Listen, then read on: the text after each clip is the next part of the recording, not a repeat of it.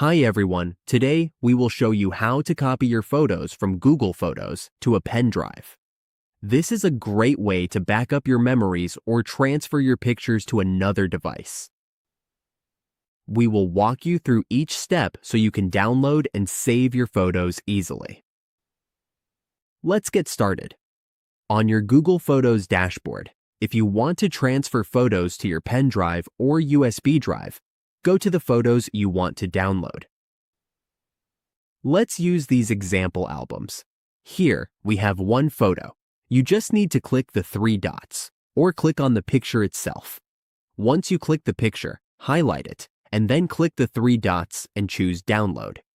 As you can see, it is now downloading. You will see a prompt when the download is complete.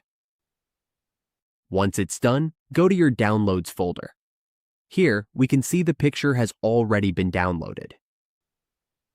Now, insert your pen drive or USB drive. Once it's connected, copy the photo and then open the USB drive. Then paste the photo. Once pasted, the photo is now on your pen drive. And that's it. We have successfully copied photos from Google Photos to a pen drive. Your photos are now safely backed up and ready to use anytime.